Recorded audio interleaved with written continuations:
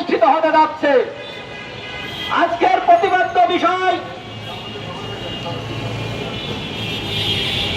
Banking খাতে অর্থ উদ্ধার, বিনিয়োগ বান্ধব পরিবেশ ও শিল্পায়নের দাবিতে বাংলাদেশ কংগ্রেস আজকের এই মানববন্ধন আয়োজন করেছেন। আজকের মানববন্ধনে সভাপতি হিসেবে বক্তব্য রাখবেন বাংলাদেশ কংগ্রেস ঢাকা মহানগরী দক্ষিণের সম্মানিত যুগ্ম আহ্বায়ক, ঢাকাবাসীর আস্থাবাদের নেতৃত্ব জননেতা জনাব আবুল কালাম আজাদ বাবলু ভাই।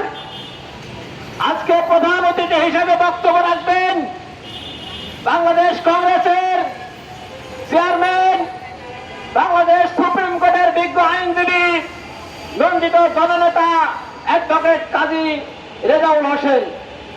আমাদের মাঝে বক্তব্য রাখবেন বাংলাদেশ কংগ্রেসের বিপ্লবী মহাসচিব, বাংলাদেশ সুপ্রিম কোর্টের আইনজীবী জনাব অ্যাডভোকেট মোহাম্মদ ইয়ারুল ইসলাম।